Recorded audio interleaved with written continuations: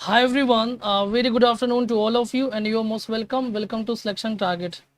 तो कैसे हैं आप सभी लोग और उम्मीद है कि आप सभी लोग बढ़िया होंगे और अपनी तैयारियों में लगे होंगे। स्टार्ट करेंगे आज का सेशन जो कि है सफलता सीरीज 93। एक बात कंफर्म कर दीजिएगा कि ऑडियो एंड वीडियो दोनों क्लियर है या नहीं, फिर स्टार्ट करेंगे सेशन। और सभी लोग बिल्कुल चलिए, हमारे बीच काफ़ी लोग लाइव हैं। कहना, मनु, प्रीतिपाल, शोभा, रंजना, चंद्रपाल, सुमन, रेखा यादव, रचना सागर, आशु रिमन, प्रीति सिंह, हुमैरा, हार्ड एडिट, चंद्रपाल, ओम, रमेश, तायरा, समर सिंह, करुणा, पूजा बाथम, रविता, नितिन चौधरी, विशाखा, हृदय नैल, सुमैरा सिद्दीकी, स्मिता, लक्ष्मी, तनु, ममता, शिबू और प्रियांशी, रत्नेश कनौजिया, सरता सिंह और किरण, राजेश कुमार, बबीता राव, प्राची शुक्ला, पूजा, आप सभी का स्वागत है। बहुत सारे स्टूडेंट हैं, सबका नाम लेना पॉसिबल नहीं है ना, क्योंकि सुबह से बराबर काम कर रहे हैं, एकदम थक गए हैं बहुत ज़्यादा। तो सबसे पहले क्लास से शुरू करें इससे पहले कि आप सभी को गुरु पूर्णिमा के पावन पर्व की बहुत सारी शुभकामनाएं। और एक गुरु के नाते मेरे ईश्वर से ये प्रार्थना है कि वो आपको आपके लक्ष्य तक ज़रूर पहुँचने में आपका आशीर्वाद दें, यानी कि आप अपनी नौकरी जो जिसकी भी आप तैयारी कर रहे हैं आप उसमें सफल हो। मेरे ईश्वर से यही प्रार्थना है और यही आप सभी को मेरा आशीर्वाद है। और जो भरोसा आप लोग दिखाते हैं उस भरोसे के बदले में आपको जो मैटर मिलेगा, जो पढ़ाया जाएगा, वो आपके एग्जाम्स के लिए पूरा पूरा 100% हेल्पफुल रहेगा। बस आप लगातार उसको पढ़ते रहिएगा, ठीक है। हाँ, तो सभी को बहुत सारी शुभकामनाएं। अमित, यस बिल्कुल, अभी अभी आपने ज्वाइन किया है लक्ष्य बैच को। बहुत बच्चे ज्वाइन कर रहे हैं कॉन्टिन्यू, मैं फुर्सत नहीं पा रहा हूँ, इतने सारे एडमिशन्स के लिए बच्चे मैसेज कर रहे हैं। तो चलिए, आप सभी को बहुत सारी शुभकामनाएं। और हम डील करेंगे उससे पहले एक छोटी जानकारी है कि यदि आप भी अभी तक विचार कर रहे हैं कि हमको लक्ष्य बैच लेना चाहिए नहीं लेना चाहिए, जिन्होंने लिया है उनसे पूछिएगा कि उन्होंने वो हमारे क्वालिटी के बारे में, हमारे कंटेंट के बारे में जानते हैं। 30 जून तक वैलिड रहेगा। बेसिक्स एडवांस पूरा पढ़ाऊंगा। वो प्रैक्टिस सेशन हर टॉपिक का मिलेगा, जो भी मैं पढ़ाऊंगा। वो कैब क्लासेस आपको मिलेंगी सारी एक साथ रिकॉर्डेड फॉर्म में। डाउट सेशंस डेली होता है। मॉक टेस्ट आपको डेली मिले, मॉक टेस्ट एग्जाम से पहले मिलेगा। लाइव देख सकते हैं या बाद में रिकॉर्डेड भी वॉच कर सकते हैं उसी वीडियो को। इस नंबर पर क्वेरी कर सकते हैं यदि आप इंटरेस्टेड हैं। आज क्लास 5 बजे से शुरू हो जाएगी। यदि आप इंटरेस्टेड हैं, आप भी अपने आप को समय से पहले इनरोल कर लीजिएगा। पहली क्लास मिस मत कीजिएगा, ठीक है। चलिए, Prachi Shukla, thank you and thank you सभी को, थैंक यू। और स्टार्ट करते हैं सफलता सीरीज 93। बच्चे हो गए काफ़ी। क्वेरीज के लिए बेटा यही एकमात्र नंबर है, याद रखिएगा, ठीक है। जय विजेता, थैंक यू। हाँ, चलिए क्वेश्चन नंबर पहला आंसर दीजिए, क्या होगा बताइए। Find the error part. इस तरह से भी क्वेश्चंस, इस पैटर्न में भी आपके एग्जाम्स में क्वेश्चंस पूछे जाते हैं, तो इन पैटर्न्स को भी क्लियर करना आपको पता होना चाहिए। लिखा है the great poet and dramatist the Kalidas is regarded as the Shakespeare of India, no error. क्या होगा इसका राइट ऑप्शन बताइए। चलिए, प्राची कह रहे अरे बेस्ट बैच है, सब लोग परचेज कर लो, बेस्ट है बेस्ट है ना। चलिए, आज शुरू होने वाला है 5 बजे से, तो मैं भी एक्साइटेड हूँ बहुत ज़्यादा, क्योंकि इतना अच्छा रिस्पॉन्स पहले कभी नहीं मिला, मुझे ऐसा लग रहा है। हालांकि मुझे हमेशा यही लगता है, आप लोग हमेशा भर भर प्यार देते हैं। और आज पहला क्लास होगी, मज़ा आ जाएगा आप सभी को। इसमें पहला जो ऑप्शन आ रहा है उसमें नो एरर का ऑप्शन आ रहा है डी, है ना। चलिए, लेकिन डी नहीं आएगा, इसमें दा को हटाना पड़ेगा। देखिए यहाँ पर जो कालिदास शब्द है, the great poet and dramatist, तो ये इसके बाद में मान के चलिए कॉमा होगा, फिर यहाँ पर लिखा होगा कालिदास। और कालिदास की जो तुलना हो रही है वो हो रही है शेक्सपियर से। तो हम जिससे कंपैरिजन करते हैं उसके पहले दा लगाते हैं, ना कि हम जिसको जिसको कंपेयर करते हैं उसके पहले दा नहीं लगाते हैं। हम दा लगाते हैं उससे जिससे हमारी तुलना हो रही होती है, या हम जिससे किसी की तुलना कर रहे होते हैं। तो शेक्सपियर से कालिदास की कंपैरिजन हो रहा है, तो दा जो आएगा वो शेक्सपियर के पहले आएगा, ना कि कालिदास के पहले आएगा। So the right option is A and we have to remove article the before Kalidas. Are you getting my point? Clear हो गई पहली बात। चलिए, ठीक है, बात समझ में आ गई। हाँ, इसके बाद में आंसर दीजिएगा क्वेश्चन नंबर 2 का क्या होगा बताइए, ठीक है। और मैं आपको एक चीज़ और समझा दूं, इसमें रिगार्डेड लिखा हुआ है, इसके बाद में एज ज़रूर लगेगा। मैंने पढ़ाया रिगार्ड, डिस्क्राइब, डिफाइन, ट्रीट, इनके बाद में एज आता है। चलिए, क्वेश्चन नंबर 2 का answer, it is really strange that he has not replied my letter, no error. What will be the right option? Please answer the question. है ना। बस कॉन्सेप्ट क्लियर रखिए, आपके टीजीटी के पैटर्न पे चल रहा हूँ, पीजीटी सब कुछ, everything will be clear as water.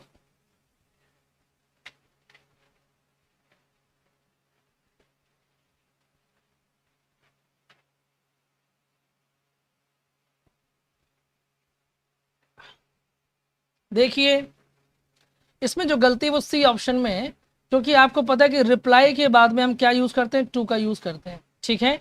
Reply to someone, reply to something, तो यहां पर लेटर क्या है, समथिंग है, ठीक है। जैसे मैं कह दूं she did not reply to me, उसने मेरा आंसर नहीं दिया, तो यहाँ पर टू का इस्तेमाल करेंगे, ठीक है। रिप्लाई के बाद में टू आता है, चाहे आप किसी व्यक्ति को रिप्लाई कर रहे हो या किसी चीज का रिप्लाई कर रहे हो, हमको टू प्रीपोजिशन लगाना है, फिक्स है। So the right option is C. Exam होगा सचिन, मुझे लगता है ये सवाल बहुत बार आप पूछ चुके हैं, बहुत लोग एक ही सवाल को बार बार पूछते हैं। एग्जाम होगा, टाइम पर होगा, चाहे वो अक्टूबर में हो, लेकिन होगा। आपको तैयार रहना है मेंटली एंड अपने नॉलेज के दम पर, बिल्कुल रेडी रहिए। बस ये ये यज्ञ की अंतिम आहुतियां चल रही हैं, बस ये जान लीजिएगा, ठीक है। Although we are no longer young, we still enjoy to study languages, no error, what will be the right option, बताएं।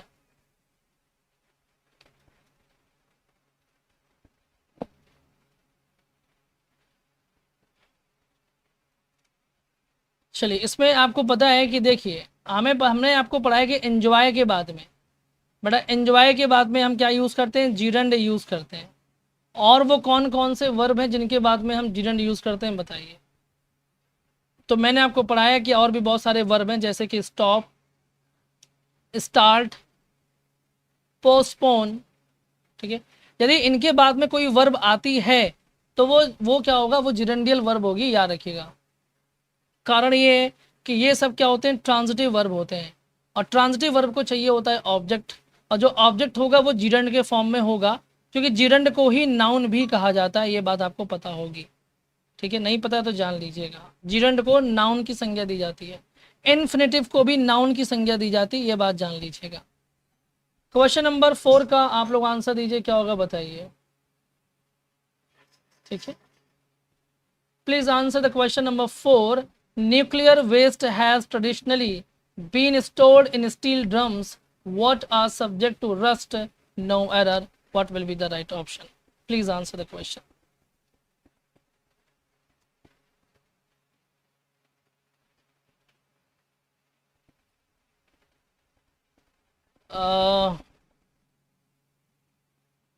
सर एकलव्य का बैच लेंगे क्या, एकलव्य का बैच?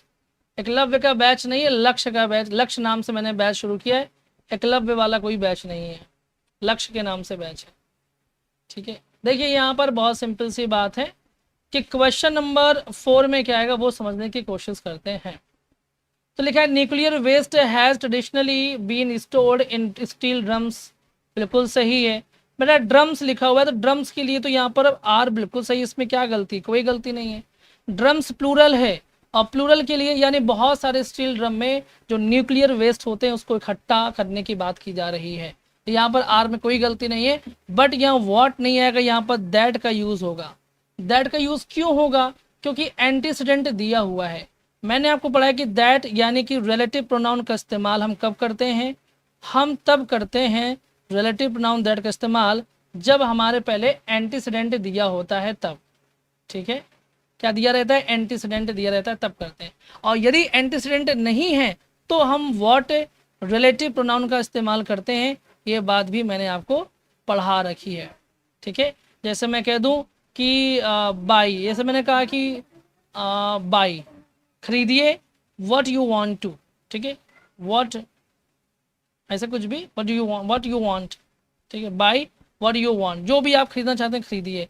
तो बाई क्या है, वर्ब है, तो वर्ब है तो वर्ब किसी का ऑब्जेक्ट वो नहीं होता है, एंटीसीडेंट नहीं होता है, तो यहाँ पर व्हाट आंसर सही माना जाएगा, ठीक है। हालांकि बहुत पढ़ाया मैंने आपको, सब एक्सप्लेन किया एक एक चीज़।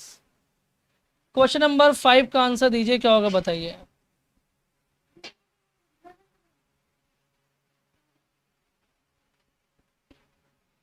सर क्या विच भी हो सकता है, विच भी हो सकता है, विच भी सही है, ठीक है, विच भी सही हो सकता है, दैट भी सही हो सकता है, बिल्कुल। Question number 5, the C wasp releases a poison that kills a person in 3 minutes, no error, what will be the right option, बताइए।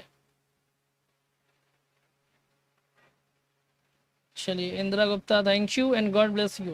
Please answer the question, the C wasp releases a poison.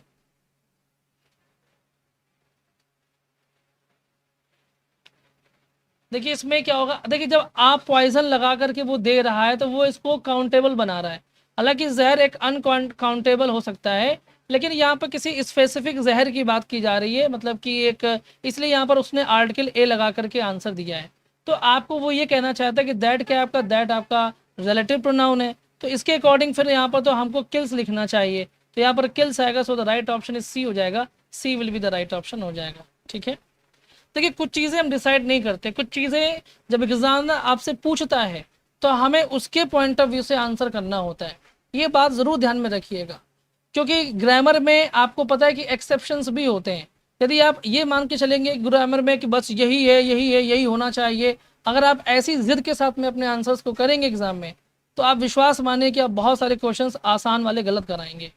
तो थोड़ा सा flexibility रखिएगा, ये बात ध्यान रखिएगा।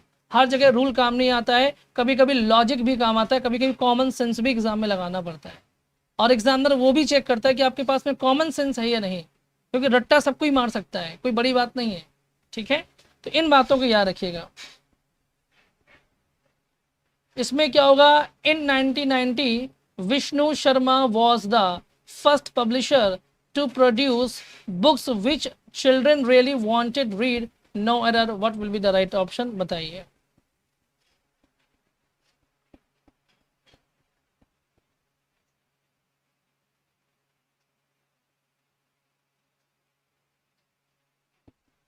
ठीक, किल्स ही सही है, मैंने बोला ना किल्स लगेगा वहां पर, कोई दिक्कत नहीं है, सावित्री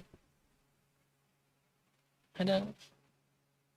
इसमें देखिए 6 के सी में गलती है, सी में क्या गलती है, हाँ, क्योंकि वांट के बाद में हम इन्फिनेटिव का इस्तेमाल करते हैं, किसका इस्तेमाल करते हैं, इन्फिनेटिव का इस्तेमाल होता है, सो रीड नहीं होगा बल्कि टू रीड का इस्तेमाल करेंगे। और भी बहुत सारे ऐसे होते हैं, जैसे मैंने वांट कहा, मैंने कहा विश, मैंने कहा रिफ्यूज़, मैंने कहा है ना, मैंने आपसे कहा कि ग्लैड, मैंने कहा, ठीक है, जैसे बोलते ना I am glad to see you, ठीक है, फिर मैंने ईजी बोला, एग्री बोला, ये सब ऐसे आपके वर्ब या एडजेक्टिव हो सकते हैं जो जिनके बाद में आपको इन्फिनेटिव का इस्तेमाल करना है। So the right option is C. ठीक है, ये बात ध्यान रखिएगा। चलिए समझ में आ रही बात, आप लोग आंसर बहुत अच्छा कर रहे हैं, लेकिन चाहे जो भी बात हो, बट आप लोग आंसर बहुत बढ़िया कर रहे हैं, आप सभी बधाई के पात्र हैं, बहुत बढ़िया, well done, keep it up, ऐसे ही करते रहिए, एग्जाम में सफलता हासिल हो जाएगी। After Newton observed an apple fall to the ground, he formulated the law of gravity, no error, क्या होगा इसका राइट ऑप्शन, बताइए।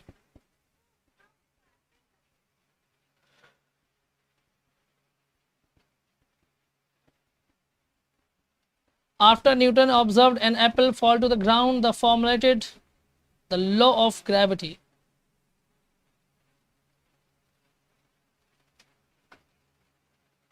देखिए इसमें क्या होगा, अब देखिए इसमें आफ्टर लगा हुआ है, इसका मतलब है कि कहीं ना कहीं दो घटनाएं हुई हैं, क्या हुई, एक्शन, एक एक्शन फर्स्ट हुआ है और कहीं ना कहीं एक एक्शन टू हुआ है। तो बेटा पहले वो ऑब्जर्व करेगा, क्या करेगा, ऑब्जर्व, ये पहली घटना होगी। जब आप ऑब्जर्व करेंगे तभी तो आप कोई नियम बनाएंगे। तो न्यूटन ने पहले सेब को देखा कि भैया मेरे सर पे टपका, तो टपका का है, अब मेरे सर पे ही कहे टपका, ऊपर कहे नहीं चला गया। तो जब उन्होंने ये ऑब्जर्व किया तो ये पहली घटना थी, इसलिए ये परफेक्ट में बनेगी, हैड लगाएंगे यहाँ पर।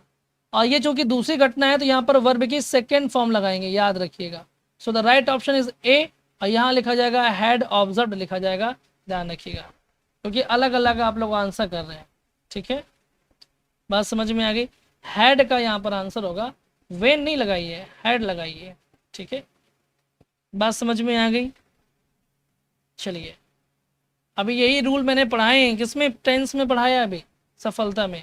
अब आप लोगों को भी मौका मिलेगा पढ़ने का, जितने भी लक्ष्य वाले हैं आपको भी अवसर मिलेगा ऐसे ही बहुत अच्छे कॉन्सेप्ट पढ़ने के लिए।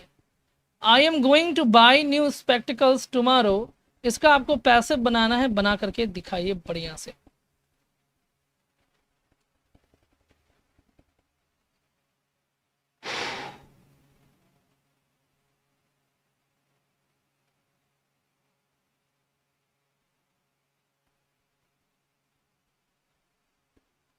Question number 8. I am going to buy new spectacles tomorrow.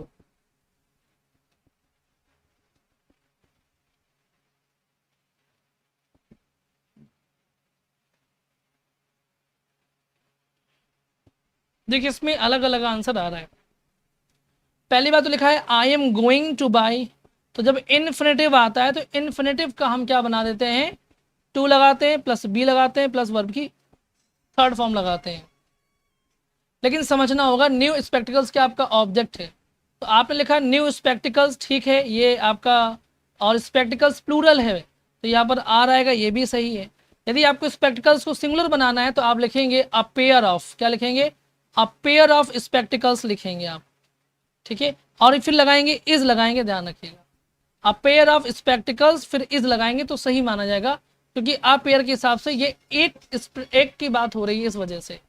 और इसमें ये प्लूरल है तो आर आया है, गोइंग लिखा हुआ तो गोइंग भी आएगा, और इसका टू बी बॉट हो जाएगा, बाई मी हो जाएगा, टुमारो का टुमारो रहेगा।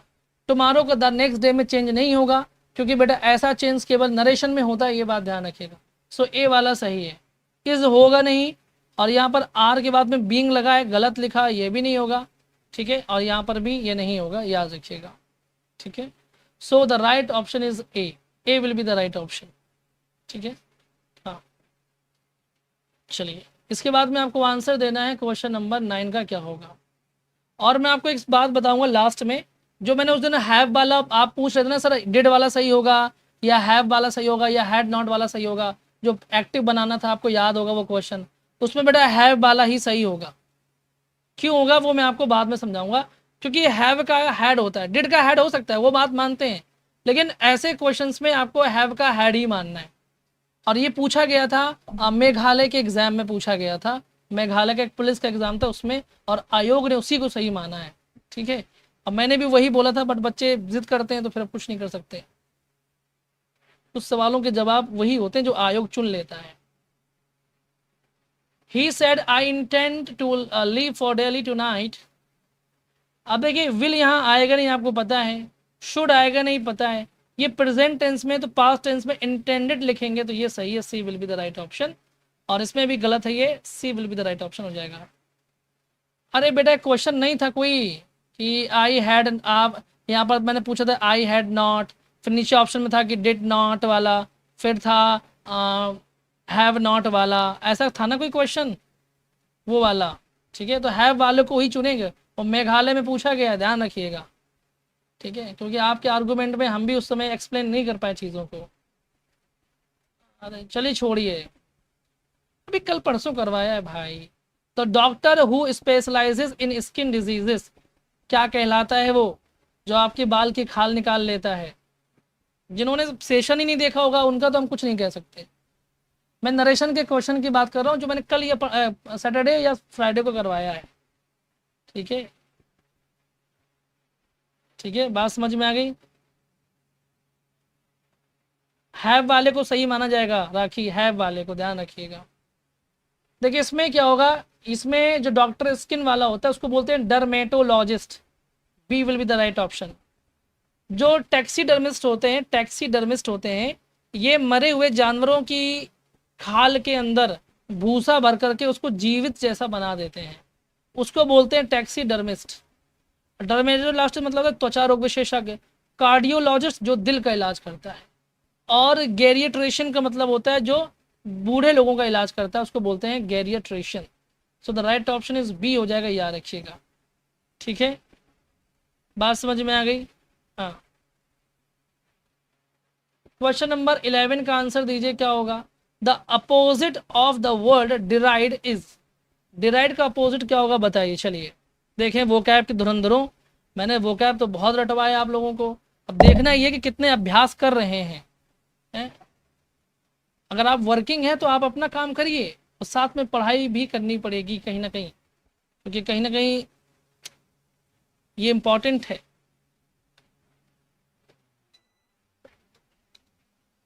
बड़ी नौकरी के लिए बड़ा प्रयत्न करना ही पड़ेगा आखिर, है ना। देखिए डिराइड का मतलब मैंने आपको पढ़ाया था कि अरे दीदी राइड कर रही हैं और आप हंस रहे हैं। आप कहीं घूमने गए दीदी के साथ में, और दीदी राइड करके दीदी करिए आज हम घुड़सवारी करेंगे, हैं। और दीदी क्या हुई, राइड करने बैठी तो आप हंस रहे हैं, अरे दीदी राइड करेंगी, हे दीदी राइड करेंगी, हैं। उनको पता है कि ऊँचक के गिर गई तो बड़ा मज़ा आएगा, ऐसे बोलते हैं ना हम लोग। तो दी राइड ऐसे याद रखिएगा, दीदी जो है वो राइड करेंगी, मतलब कि आप उसका उपहास उड़ा रहे हैं, उपहास करना। तो इसका जो उल्टा जो एंटोनिम होगा वो होगा इनकरेज, यानी कि साहस बढ़ाना, किसी को मोटिवेट करना, इनकरेज करना किसी को। ठीक है। वार्न का मतलब होता है चेतावनी देना। ठीक है। प्लेज का मतलब होता है प्रतिज्ञा करना, हम प्रतिज्ञा करते हैं कि जब तक सिलेक्शन नहीं ले लेंगे तब तक पढ़ाई छोड़ेंगे नहीं। डिटेन का मतलब होता है किसी को रोक करके रखना, खासकर नजरबंदी को बोलते हैं detain. The right option is D. ठीक है। देखिए ट्रिक देखिए, पहले वोकैब को याद करने की ट्रिक ऐसी है कि आपको दिमाग में बैठ जाएगी, ये बात पक्की है। मुझे भी ऐसे ही बहुत सारी मीनिंग ट्रिक से ही याद है मुझे। कॉन्कर, कॉन्कर का मतलब क्या होगा बताइए। फिर भी बच्चे मैसेज करते हैं गुरु जी वोकैब बहुत कमजोर है। पढ़िए, जितने भी वोकैब क्लासेस लिए पढ़ डालिए। ठीक है, पढ़ेंगे तभी उस पढ़ाई का फल मिलेगा। देखिए कॉन्कर का मतलब क्या होता है, कोई बात नहीं प्राची, जितना टाइम है बस उसका मन से यूटिलाइज कीजिए बस। टाइम डिसाइड नहीं करता कि आपको सिलेक्शन मिलेगा, आपकी पढ़ाई डिसाइड करती है कि आप कितना सीखती हैं कम से। देखिए कॉन्कर का मतलब होता है सहमत होना। ठीक है। अब मैंने आपको पढ़ा है कॉन्कर्ड को ही एग्रीमेंट बोलते हैं, सब्जेक्ट वर्ब एग्रीमेंट के चैप्टर को ही कॉन्कर्ड कहा जाता है। तो इसका एंटोनिम हो जाएगा बेटा डिसेंट। डिसेंट का मतलब होता है असहमत होना होता है। क्या होता है, असहमत होना होता है। जो रिस्ट्रेंड होता है इसका मतलब होता है कंट्रोल्ड, यानी कि नियंत्रित किया हुआ, कंट्रोल्ड। इंडोर्स का मतलब होता है समर्थन, और डोसाइल का मतलब होता है विनम्र, यानी कि हम्बल, मीक। ठीक है। इसको बोलेंगे डिसेंट, डिसेंट, है ना। मैंने आपको भेजा नहीं क्योंकि मैं आपसे सहमत नहीं था। Dissent, the right option is B. हमको तो ऐसे ही याद है भैया, हमें तो ऐसे ही याद है। हमने जितनी वोकैब याद की थी अपने समय में भी ट्रिक लगा करके, और आप यकीन मानिए कि जब मैं एसएससी सीजल वगैरह देता था मुझे वन वर्ड पूरे याद थे, लगभग 900 थे, पूरे रटे थे, पूरे याद थे। सिनोनिम ऑफ टीनियस कभी गलत नहीं होता था। रितु कह रही है सर आज तो टफ क्वेश्चंस लग रहे हैं। टफ नहीं लग रहे बेटा, हो सकता है कि आपने नया नया ज्वाइन किया हो हमें, लेकिन जो बच्चे हमारे पढ़ रहे हैं लगातार 4-6 महीने से वो धुरंधर हो चुके हैं अब, है ना। देखिए टेनियस का मैंने समझाया था, टेनिस का मतलब होता है कमज़ोर। ठीक है, ये मैंने कई बार कराया। इसका सिनोनिम हो जाएगा फीबल। फीबल माने भी होता है कमज़ोर। मोमेंट्री मतलब होता है क्षणिक, यानी टेम्पररी। और एपिटाइजिंग का मतलब होता है स्वादिष्ट। ठीक है, और इसी से भूख बढ़ती है। एपिटाइज मतलब भूख, स्वादिष्ट। डिप्लोमेटिक का मतलब होता है कूटनीतिक। So the right option is B. B मतलब होता है कमजोर, फीबल। ठीक है। Nidhi Singh thank you. Question number 14 का आंसर दीजिए क्या होगा। हाँ तनु बढ़िया बढ़िया। Synonym of collision. बहुत गर्मी है बेटा, बहुत गर्मी लग रही है, आज लाइट चली गई है तो रूम भी ठंडा नहीं हो रहा है।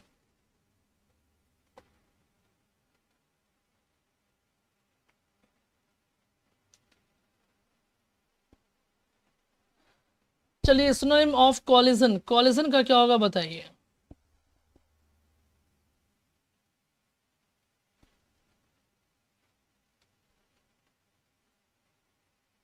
देखिए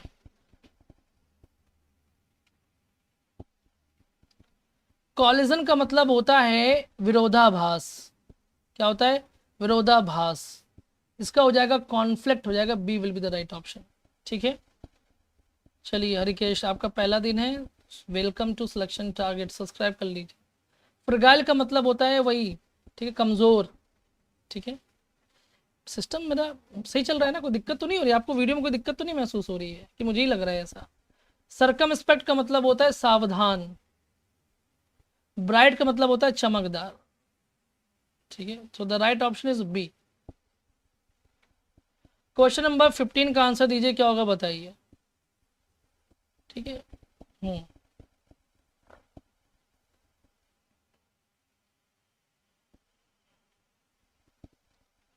मोनी कह रहे सर आप क्या एसी नहीं लगी है क्या? बेटा एसी नहीं लगी है, एसी नहीं लगी है। एसी लगवाने के लिए हम 4,000 5,000 बिल देने का भी दम हो जाए तब एसी लगवाएं।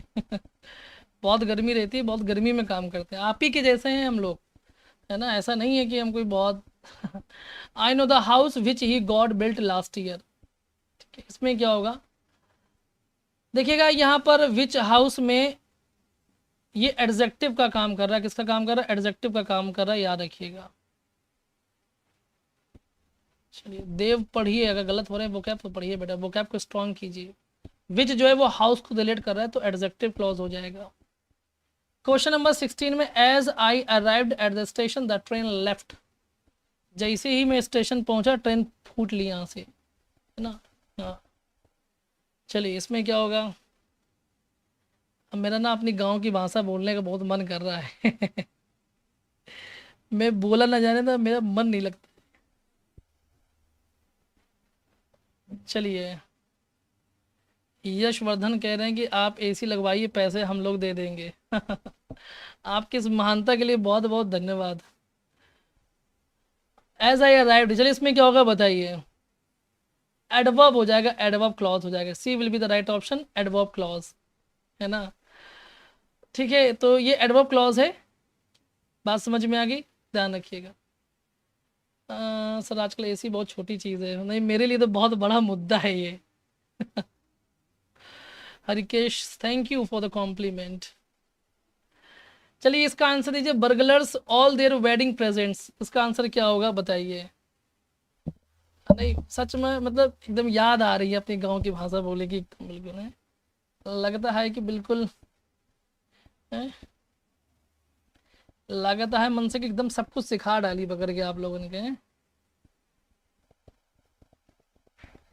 Burglars all their wedding presents, क्या होगा इसका आंसर बताइए। इसका हो जाएगा बेटा देखिए, मेड ऑफ विथ, कमल बिहारी मैं हूं बुंदेलखंड से। मेड ऑफ विथ का मतलब होता है चोरी करना, ठीक है। मेड ऑफ उड़ा ले गया, विथ विथ मतलब किसके साथ उड़ा ले गया, किसी मतलब वेडिंग प्रेजेंट्स को उड़ा ले गया ना, तो जाएगा मेड ऑफ विथ। मेकअप झगड़े को समाप्त करना, अलीपा पोती करना। मेक आउट का मतलब होता है कि लाइफ में प्रोग्रेस करना, और मेड ऑफ का मतलब होता है भाग जाना, और मेड ऑफ विथ का मतलब होता है किसी चीज के साथ भाग जाना। सो द राइट ऑप्शन इज हो जाएगा डी, है ना। चलिए क्वेश्चन नंबर 18 का आंसर दीजिए बेटा। The thirsty crow was looking water here and there, ठीक है, एक बार बोल दीजिए। बुंदेली आला मुझे नहीं आता है बेटा, हमने कभी सुना नहीं है, बस ऐसे ही पहले बचपन में सुनते थे, बेटा याद कुछ भी नहीं है। आ, सर आप बांदा से नहीं हूं मैं हमीरपुर डिस्ट्रिक्ट से हूँ, हमीरपुर। भारतीय शाक्य जय हिंद।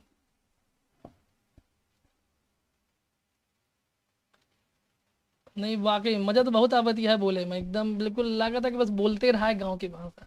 गाँव की भाषा में बोलने का अलग मजा है।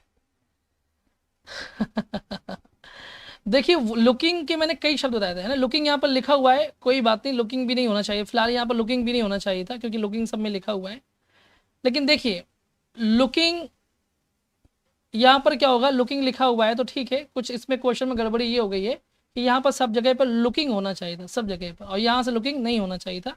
ये मैं एक्सेप्ट करता हूँ, टाइपिंग में जल्दी जल्दी गलती हो गई। तो याद रखिए यहाँ पर अबाउट का आंसर आएगा, क्या आएगा, अबाउट आएगा। क्योंकि मैं आपको बता दूं लुक अबाउट का मतलब होता है किसी चीज़ की खोज करना। जैसे कि आप कोई जा रहे हैं रास्ते में, कोई होटल खोज रहे हैं, आप जा रहे हैं कोई मार्केट खोज रहे हैं, तो उसको बोलते हैं लुक अबाउट। और लुक अप का मतलब क्या होता है बेटा, लुक अप का मतलब होता है कि जैसे किसी बुक में से कोई कोई मीनिंग को ढूंढना, ठीक है। कोई मीनिंग है नहीं आ रही आपको, आप बुक खोज करके उसको ढूंढ रहे हैं, कोई नियम ढूंढ रहे हैं, कोई कानून ढूंढ रहे हैं, उसको लुक अप बोलते हैं। और लुक अप टू का मतलब होता है प्रशंसा करना, और लुक आउट का मतलब होता है सावधान रहना होता है, क्या होता है, सावधान होता है, ठीक है, सावधान रहना। सो द राइट ऑप्शन डी हो जाएगा यहाँ पर। मैं इसको पीडीएफ में ठीक करके भेजूंगा, पीडीएफ ठीक कर दूंगा फिर भेजूंगा। Question number 19, he was greatly incensed his conduct, क्या होगा इसका प्रेपोजिशन बताइए। ठीक है, बहुत गर्मी, अरे बाबा, आंखों में पसीना जाता, सीधा आंखों में पसीना जाता, फिर आंखें खुजलाती हैं, लाल हो जाती हैं, फिर काम ऐसे में करना पड़े तो कितना वो लगता है ना, मुश्किल भरा। चलिए आंसर दीजिए। और इसमें क्या होगा, 19 एट, देखिए बेटा, हाँ बिल्कुल बिल्कुल हरिकेश, चल देखिए, ही वॉज ग्रेटली इंसेंस्ड, इंसेंस्ड का मतलब होता है क्रुद्ध होता है, सो आएगा एट, ठीक है, याद रखिए, जैसे एंग्री एट होता है ना, एंग्री भाई, एंग्री इंसेंस्ड मतलब क्रुद्ध यानी कि एंग्री, उसके साथ में एट लगाते हैं, आपको पता है, सो एट आएगा, C will be the right option. On in over कुछ नहीं आएगा भैया, कछु नहीं आएगा, आएगा तो सिर्फ एट आएगा, ठीक है। Question number 20, I am not agree your opinion.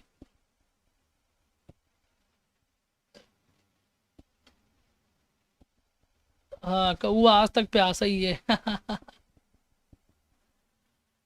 क्योंकि कौआ इमरान हाशमी है ना, जो कौआ है वो इसलिए आज भी प्यासा क्योंकि वो इमरान हाशमी है। और इमरान हाशमी कैसे गाना गाते हैं? प्यासा दिल मेरा है ना, बाकी गाना सुना होगा, मैं पूरा गाना नहीं गाऊंगा। हाँ बिल्कुल बिल्कुल इंदिरा, गर्मी तो बहुत है। I am not agree to your opinion, जब आप किसी के विचार से सहमत नहीं होते हैं या सहमत होते हैं तो आपको टू का इस्तेमाल, एग्री टू किसी के ओपिनियन से, एग्री विथ किसी पर्सन से, सो यहाँ पर आएगा to, B will be the right option हो जाएगा, याद रखिएगा। बेटे बेटा विथ नहीं आएगा, देखिए एग्री टू समथिंग होता है, किसी चीज से आप सहमत हो जाए, और एग्री विथ समवन होता है, याद रखिएगा, so the right option is B, ठीक है। इसके बाद में आंसर दीजिए क्वेश्चन नंबर 21 का, विच वन इज करेक्टली स्पेल्ड। सही है, प्यासे रहिए, जैसे कि नौकरी के लिए प्यासे हैं तो प्यास को बनाए रखिए, है ना, जब प्यास होती है तो फिर उसकी तड़प भी होती है उस चीज़ को पाने की। चलिए इसमें क्या होगा, आंसर दीजिए। सर मेरी अब प्रपोजिशन अब सही हो रही है, रूमन कह रही है, बहुत बढ़िया, चलिए बहुत बढ़िया, बहुत बढ़िया, सब कुछ अच्छा होगा, बस पढ़िए। इसमें क्या आएगा बताइए, इसका राइट ऑप्शन सी आएगा, बहुत बढ़िया बच्चा, बहुत बढ़िया बच्चा। बहुत बच्चे फाइनेंस पढ़ लेते हैं, फाइनेंस है ना, ये होता है फाइनेंशियल, होता है FINANCIAL, ठीक है, FINA, ठीक है, NCIL, याद रखिए, FI होता है, C will be the right option, ठीक है, फाइनेंशियल। क्वेश्चन नंबर 22 का क्या होगा बताइए, इसमें कौन सा सही है?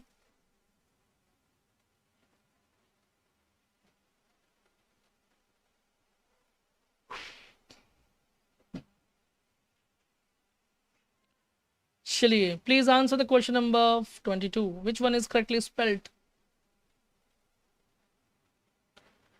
चलिए Shruti Wakmare, please answer the question.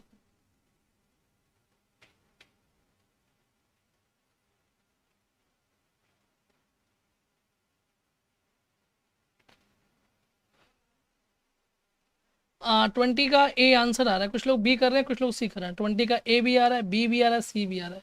Oh my God, 20 का आंसर होगा बेटा ए, मोनेट्री, MONE, मोने, TARY, मोनेट्री। मोनेट्री का मतलब होता है करेंसी, यानी कि पैसों से रिलेटेड, ठीक है। और फाइनेंस का मतलब होता है किसी वित्त से जुड़े, पैसों से जुड़े हुए काम के से रिलेटेड, मोनेट्री पैसों, करेंसी से रिलेटेड, करेंसी, ठीक है। So the right option is A, monetary, MONE+TARY। बहुत लोगों का गलत हुआ, याद रखिएगा, लेकिन बहुत इंपॉर्टेंट शब्द है, बहुत लोगों ने गलतियां की इसमें। कौन सा करेक्टली पंक्चुएटेड है, इसका आंसर दीजिए, पंक्चुएशन से सवाल भी आते हैं एग्जाम में, है ना। यशवर्धन सर वॉल्यूम लो आ रही है, नहीं आप तो वॉल्यूम ठीक आ रही थी, मैंने चेक कर लिया था, वॉल्यूम का इशू नहीं होगा अब, मैं पहले से ही सब कुछ चेक करके ठीक करके बैठा हूँ। अगर फिर भी हो रहा है तो बाकी लोग भी बताएं, क्या सबको वॉल्यूम प्रॉब्लम हो रही है, आवाज़ धीमी आ रही है मेरी? हाँ? नाज कुरैशी, बेटा बैच ज्वाइन करने के लिए इस नंबर पर आपको लक्ष्य लिख करके व्हाट्सअप कर देना है। ये जो नंबर स्क्रीन पर चल रहा है ना, इस पर लक्ष्य लिखिए, व्हाट्सअप कर दीजिए।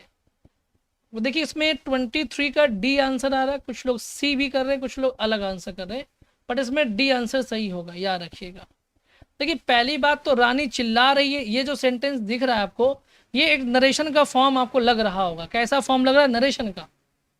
क्योंकि क्वीन चिल्ला रही है कि क्वीन पूछ रही है, क्वीन ने बताया, टोल्ड, आस्क्ड, क्राइड, साउटेड, ये सब किस में आप देखते हैं? नरेशन के फॉर्म में देखते हैं। तो ये सब गलत है, ये वाला सही है। और इसमें पहले कॉमा आएगा, ये आपका रिपोर्टिंग वर्ब है, और ये आपका रिपोर्टेड स्पीच है जो एक्सक्लेमेशन में है। हेल्प, हेल्प 2 बार बोला है तो दोनों बार आपको एक्सक्लेमेशन मार्क लगाना पड़ेगा, और इनको इन्वर्टेड कॉमा के अंदर बंद करना पड़ेगा, और इसमें फुल स्टॉप का यूज नहीं होता है क्योंकि एक्सप्लेनेशन मार्क लगा हुआ है। So the right option is D हो जाएगा, याद रखिएगा। चलिए question number 24, well it is time to say good night. नहीं, गुड नाइट तो नहीं है, but it is time to say goodbye. अभी भी नहीं है, एक क्वेश्चन और बचा हुआ है। ये क्वेश्चन मुझे लास्ट में पूछना चाहिए था, लिखना चाहिए था it is time to say good bye. चलिए, देखा ना समझ में आ रहा हो तो बाद में पूछ ले, भैया यहाँ दिक्कत हो रही है तो बता दीजिए। तो समझ में ना आ रहा हुई तो मैं बाद में बता देंगे। ये हमारे यहाँ की प्योर ग्रामीण भाषा है। देखिए वेल मीन्स होता है, देखिए वेल यहाँ पर एक वेल बोला जा रहा है, वेल मतलब ठीक है इस सेंस में कि अब है ना एड्रेस करने के सेंस में होता है। तो यहाँ पर इंटरजेक्शन का ये माना जाएगा डी, ये इंटरजेक्शन है, ठीक है। एडवर्ब नहीं हो सकता बेटा, यहाँ पर ये एडवर्ब नहीं है, ठीक है, हाँ एडवर्ब नहीं है, इंटरजेक्शन है, क्योंकि यहाँ पर वो एड्रेस कर रहा है ना, address. So D will be the right option हो जाएगा, याद रखिएगा। Question number 25, 2/3 of the book easy to read. Sir का भी भौकाल। चलिए please answer the question, 2/3 of the book easy to read. मुझे लग रहा है कि शाम को 5 बजे वाले बैच में बहुत भीड़ हो जाएगी, मुझे ऐसा लग रहा है। भीड़ का मतलब है कि अच्छी संख्या में बच्चे लाइव अटेंड कर पाएंगे और उसका लाभ ले पाएंगे, और यही मैं चाहता था। देखिए 2/3 जो लिखा हुआ है ना, ये आपका इसकी वजह से नहीं, बल्कि यहाँ पर बुक सिंगुलर है तो यहाँ पर आपको लिखना पड़ेगा एस, क्योंकि 2/3 ऑफ में ये जानते हैं क्या है बेटा, ये आपका डिटरमाइनर है। क्या है? डिटरमाइनर। और डिटरमाइनर के अकॉर्डिंग हम कभी भी वर्ब नहीं लगाते हैं, हम वर्ब हमेशा सब्जेक्ट के हिसाब से ही लगाते हैं। तो ये क्योंकि डिटरमाइनर एडजेक्टिव का काम करता है, अब बुक सिंगुलर है तो यहाँ पर लिखेंगे बेटा, सॉरी ये इज लिखेंगे, इज राइट होगा, याद रखिएगा, इज आएगा, इज इज इज, ठीक है। चलिए, और ये था आज का 25 क्वेश्चन की श्रृंखला। जो लोग बैच के लिए पूछते हैं वो लक्ष्य बैच को ज्वाइन कर सकते हैं, ये नया बैच है, न्यू, एकदम न्यू। अभी इसकी एक भी क्लासेस नहीं हुई है, बल्कि आज से शाम 5 बजे यानी 5 PM पर इसकी पहली क्लास होने वाली है, ठीक है। और ये टीजीटी पीजीटी के लिए अंतिम बैच होगा, क्योंकि इसके बाद एग्जाम होगा और कुछ नहीं होगा। और याद रखिएगा 5 बजे इसकी क्लास शुरू होगी 5 PM पर, और ये 30 जून 2024 तक वैलिड रहेगा।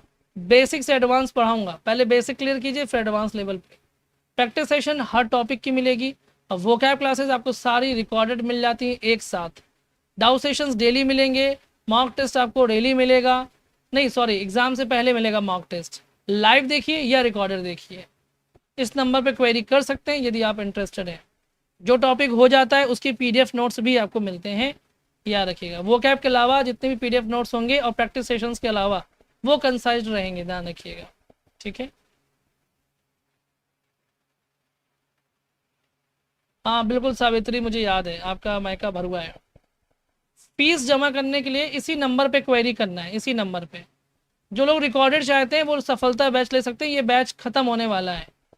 चार्जेस वही हैं, फैसिलिटीज़ भी वही हैं, और फरवरी 2024 तक वैलिड रहेगा। इस नंबर पे क्वेरी कर सकते हैं, बट इसमें सब कुछ रिकॉर्डेड मिल जाएगा, आपको ध्यान रखिएगा, ठीक है।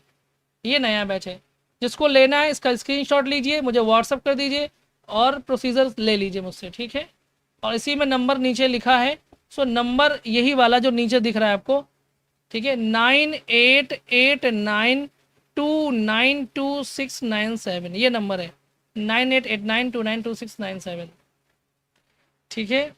ये नंबर है, इसको नोट कर लीजिए, अपने मोबाइल में सेव कर लीजिए, जब आपको याद आए तो याद कर लीजिएगा, ठीक है।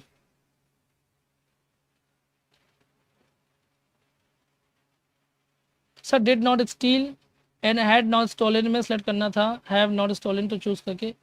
देखिए बेटा हैव नॉट आएगा, बस इतना जान लीजिए, ठीक है। इसमें हैव आएगा क्योंकि स्ट्रक्चर में हैव माना गया है, तो हैव सही है, एग्जामिनर ने हैव माना उसमें, ठीक है। चलिए अभी उसकी क्लासेस ख़त्म नहीं हुई है, ओम करण, अभी ये सफलता बैच चल रहा है, ठीक है। इतना पढ़ाया जाता है, आप लोग फीस के लिए कम कर दीजिए बोलते रहते हैं, ठीक है।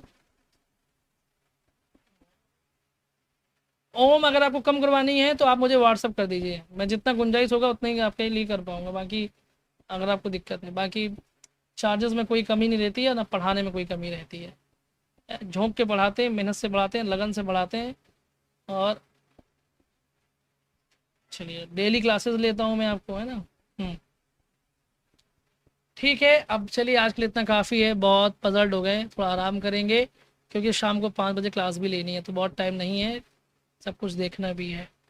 रखिए अपना ख्याल, साथ में अपनी फैमिली का, बाय बाय, ठीक है, नमस्कार, जय हिंद। ओम करण मैसेज कर दीजिए बेटा व्हाट्सअप